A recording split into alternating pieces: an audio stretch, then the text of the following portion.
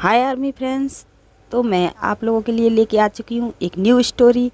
आप लोगों ने मुझसे कहा था कि मैं एक OT7 स्टोरी लेके आऊँ, तो ये मैं OT7 स्टोरी लेके आ चुकी हूँ जिसमें बॉटम ते है। आई होप कि ये स्टोरी आपको पसंद आए तो कमेंट कीजिएगा, लाइक कीजिएगा और मेरे चैनल पर नए आए हो तो सब्सक्राइब कीजिएगा और अपने फ्रेंडों के साथ ज़्यादा से ज़्यादा इस स्टोरी को शेयर कीजिएगा। तो चलिए स्टोरी में आगे बढ़ते हैं। हम देखते हैं कि डेवल किंग अपने रूम के बाहर इधर से उधर घूम रहे थे और वो काफ़ी ज़्यादा टेंस लग रहे थे।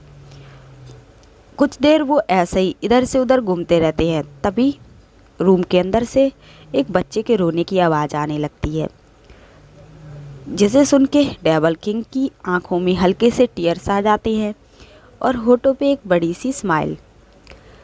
तभी उस रूम का डोर ओपन होता है, वहाँ से एक पर्सन बाहर आता है और वो डेवल किंग के सामने झुक के वो कटता है और कहता है, मुबारक हो डेवल किंग, मुबारक हो, आपके यहाँ प्रिंस का जन्म हो चुका है, प्रिंस इस दुनिया में आ चुके हैं।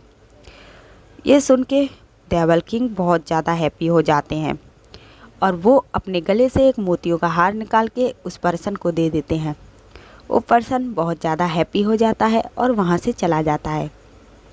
तभी डेवल किंग रूम के अंदर आते हैं और वो अपने लिटिल प्रिंस की तरफ देखते हैं। लिटिल प्रिंस पालने में सोया हुआ था। वो उसके पास जाते हैं तो वो उसे देखते हैं, तो वो देखते ही रह जाते हैं। वो बहुत ज़्यादा ब्यूटीफुल था। वो उसे गोदी में लेते हैं। प्रिंस लिटिल किंग की तरफ देखता है। प्रिंस की आंखें बार बार रेड कलर में कन्वर्ट हो रही थी और उसके छोटे छोटे से पंख थे, जिसे देख के डेवल किंग एक स्माइल करते हैं और कहते हैं, अरे तुम तो अभी से इतने ज़्यादा पावरफुल हो, तो बड़े हो कि क्या होगा। ये कह के वो स्माइल करते हैं और उसके फोरहेड पे एक किस करते हैं। डेवल क्वीन भी उन्हें यूं अपने बच्चे को प्यार करते हुए देख के काफ़ी हैप्पी हो रही थी। फिर डेवल किंग आदेश देते हैं कि सब जगह कह दिया जाए, हमारे न्यू किंग का जन्म हो चुका है और 2 दिन बाद एक बहुत बड़ा जश्न है। डेवल किंग ये उस सैनिक से कहते हैं। वो सैनिक वहाँ से चला जाता है।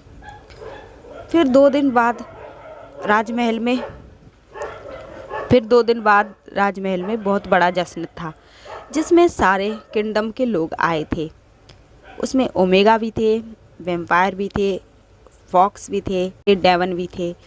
सारे किंगडम एक साथ इकट्ठे हुए थे लिटिल प्रिंस को देखने के लिए। काफ़ी ज़ोर शोर से वो जश्न चल रहा था। क्वीन और किंग अपने लिटिल प्रिंस को लेके बैठे हुए थे। तभी अचानक बिजलियां कड़कने लगती हैं। आसमान में एकदम अंधेरा छाने लगता है। तभी एक चमकती रोशनी प्रकट होती है। सब उस रोशनी की तरफ देखने लगते हैं। तभी वहाँ से मून गॉडेस प्रकट होती हैं, जिन्हें देख के सब लोग झुक जाते हैं और उन्हें वो करते हैं। तभी मून गॉडेस लिटिल प्रिंस की तरफ देखती है। डेवल किंग लिटिल प्रिंस को मून गॉडेस की तरफ करते हुए कहते हैं, मून गॉडेस, ये हमारे लिटिल प्रिंस। मून गॉडेस कहती हैं, मुझे तुम्हें कुछ बताना है, ये लिटिल प्रिंस से रिलेटेड है, तो मैं ये तुम्हें अकेले में बताना चाहती हूँ। किंग थोड़े से परेशान होते हैं कि ऐसी क्या बात है जो मून गॉडेस हमें अकेले में बताना चाहती हैं। तो किंग सर हिला के हाँ बोलते हैं। फिर मून गॉडेस और किंग और क्वीन और लिटिल प्रिंस एक ऐसे रूम में जाते हैं जो काफ़ी आलीशान था और वहाँ किसी भी परिंदे तक के आने का कोई भी जरिया नहीं था, ताकि उनकी बातें कोई और ना सुन सके। तभी डेवल किंग कहते हैं, जी मून गॉडेस, आप हमें क्या बताना चाहती हो, बताइए। यहाँ कोई भी नहीं आएगा, यहाँ हमारी बातें कोई नहीं सुनेगा। तभी मून गॉडेस कहती हैं कि मैं ये बताना चाहती हूँ कि हमारे लिटिल प्रिंस सबसे अलग हैं, वो सबसे ज़्यादा ताकतवर है सबसे ज़्यादा उनके पास शक्तियाँ होंगी, पर ये शक्तियाँ तभी उन्हें मिल सकती हैं जब उनके मीट उन्हें मिल जाएंगे। उससे पहले वो कमज़ोर ही रहेंगे, जिसके कारण उनके एनिमी उन्हें मारने की पूरी कोशिश करेंगे, जिससे कि वो उनकी शक्तियों को हासिल कर सकें। इसलिए आपको उन्हें सेव करना होगा जब तक कि उनके मीट ना मिल जाएं। ये सुन के किंग और क्वीन परेशान होने लगते हैं और वो कहते हैं, क्या क्या हमारे बच्चे की ज़िंदगी पे खतरा आने वाला है? तभी मून गॉडेस कहती हैं, हाँ, जैसा कि मैंने कहा कि लिटिल प्रिंस सबसे अलग हैं। ऐसे प्रिंस कई सदियों में एक बार ही जन्म लेते हैं, जिनके अंदर और डेविन से बहुत ज़्यादा शक्ति होती है, बहुत सारी शक्तियाँ होती हैं, कुछ अनोखी शक्तियों के मालिक होते हैं, जिससे कि उन्हें कोई नहीं हरा सकता। पर वो शक्तियाँ जब ही उन्हें प्राप्त होती हैं जब वो अपने मीट से मिलते हैं और अपने मीट को हासिल करते हैं। तब तक वो शक्तियाँ जागृत नहीं होती। इसलिए जब तक वो शक्तियाँ नहीं जागृत होती तब तक लिटिल प्रिंस को सबसे सेव करके रखना होगा, क्योंकि सब लोगों को पता चल चुका है कि लिटिल प्रिंस इस दुनिया में आ चुके हैं और जो वो शक्तियों को हासिल करना चाहते हैं वो सब चौकन्ने हो चुके हैं। वो अब लिटिल प्रिंस को चोट पहुंचाने की पूरी कोशिश करेंगे उनकी शक्तियां छीनने के लिए, तो आपको उसे बचाना होगा। तभी किंग और क्वीन कहते हैं, क्या हम लिटिल प्रिंस के मीट को ढूंढ के नहीं ला सकते, जिससे कि हमारे लिटिल प्रिंस पे खतरा आने से पहले ही टल जाए? तभी मून गॉडेस कहती हैं, ऐसा नहीं हो सकता। लिटिल प्रिंस सबसे अलग हैं तो उनका जो मीट है, उनके जो मीट हैं वो भी सबसे अलग होंगे। इसलिए लिटिल प्रिंस को अपने मीट को खुद ही ढूंढना होगा। किंग कहते हैं, पर तब तक हमारे प्रिंस पे कोई आँच आ गई तो मून गॉडेस कहती हैं कि तब तक आप लोगों को ही उसे बचाना होगा। और वैसे भी लिटिल किंग को इसके लिए रेडी होना होगा, क्योंकि उनके मीट भी उन्हें इजीली नहीं मिलेंगे। उनके लिए भी उन्हें काफ़ी कुछ त्यागना पड़ेगा, तब जाके उनके मीट उनसे मिलेंगे। तो किंग कहते हैं, पर क्या हमारे लिटिल प्रिंस को इतना कुछ करना होगा? तो मून गॉडेस कहती हैं, हाँ। तो किंग कहते हैं कि आप कुछ तो बताइएगा उनके मीट के बारे में, कि हमें लिटिल प्रिंस के मीट के बारे में कुछ तो जानकारी होनी चाहिए, जिससे कि हमारे लिटिल प्रिंस का काम और भी इजी हो जाए। तो मून गॉडेस कहती हैं, मैं ज़्यादा कुछ नहीं बता सकती, इसके लिए लिटिल प्रिंस को खुद ही मेहनत करनी होगी। बस मैं ये बता सकती हूँ कि उनका मीट उसे कहाँ मिलेगा। तो किंग और क्वीन मून गॉडेस की तरफ ही देख रहे थे। तभी मून गॉडेस कहती हैं, उनका मीट वेम्पायर, विच, फॉक्स, ओमेगा, इन सारे किंगडमों में से किसी किंगडम में नहीं है, ना ही वो कोई डेवन है। तभी ये लोग आश्चर्य करते हैं और क्वीन कहती हैं, मून गॉडेस, अगर वो इनमें से कुछ भी नहीं है तो फिर वो कौन है? तभी मून गॉडेस कहती हैं, वो एक मानव है, एक ह्यूमन।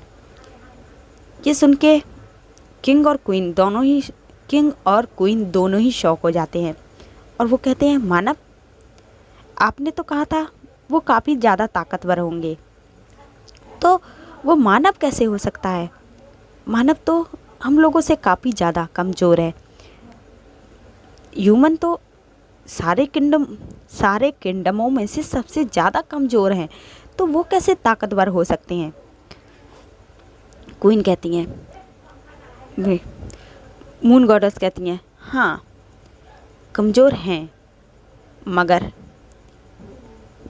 लिटिल प्रिंस के मीट ह्यूमन में ही मिलेंगे, और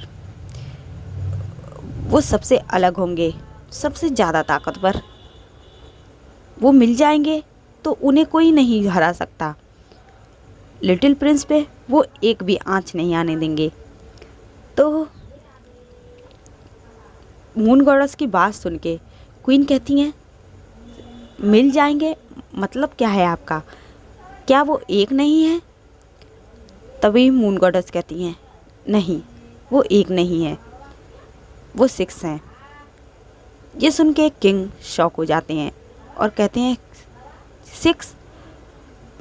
पर मून गॉडेस, हर डेवल का तो एक ही मीट होता है, ज़्यादा से ज़्यादा 2, 6 मीट।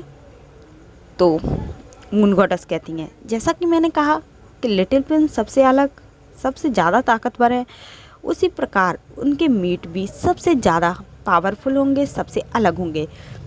तो ह्यूमन में तो ये पॉसिबल ही नहीं है कि एक ही मानव में इतनी पावर हो, इतनी ज़्यादा शक्तियाँ हों।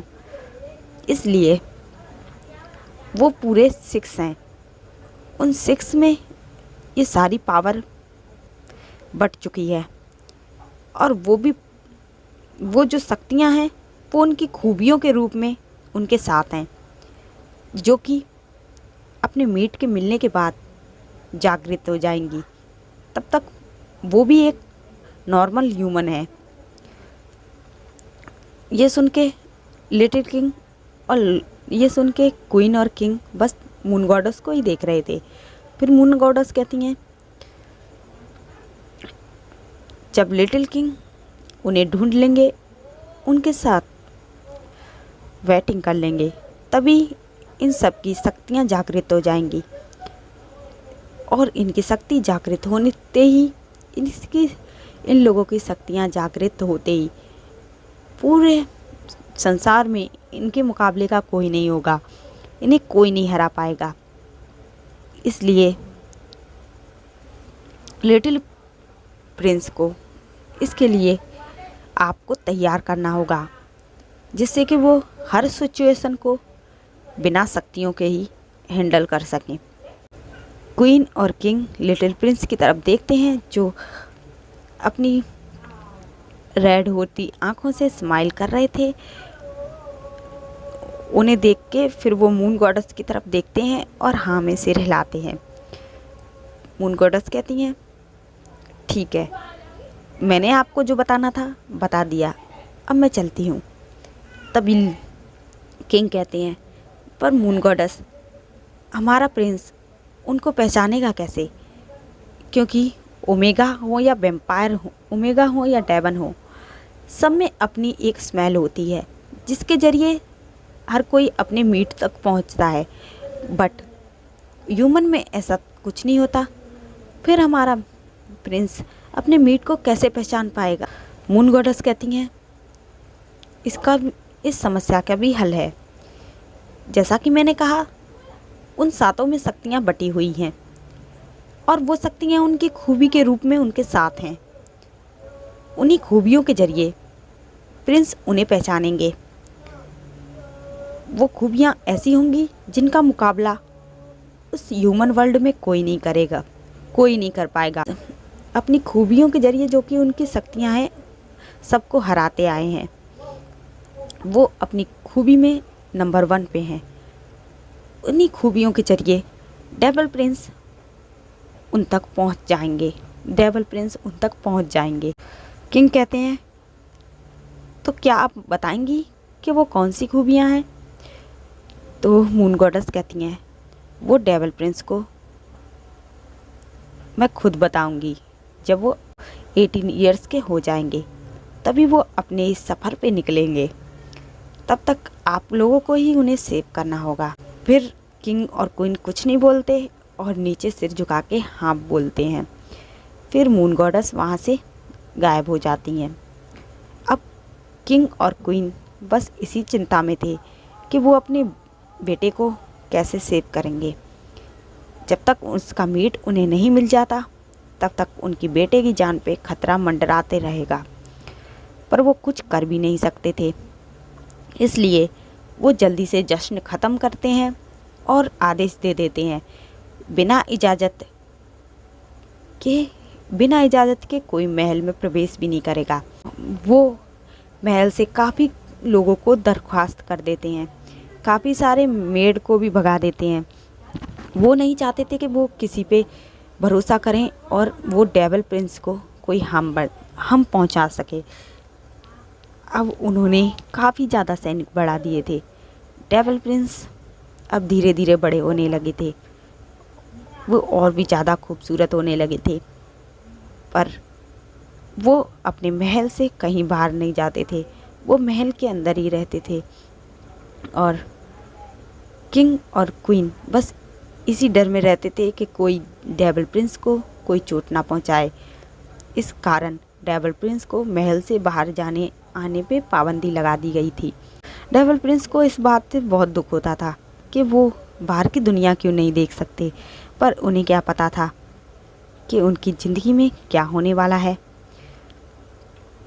वो हमेशा यही सोचते थे कि वो कैसे इस महल से बाहर जाके बाहर की दुनिया को देखें।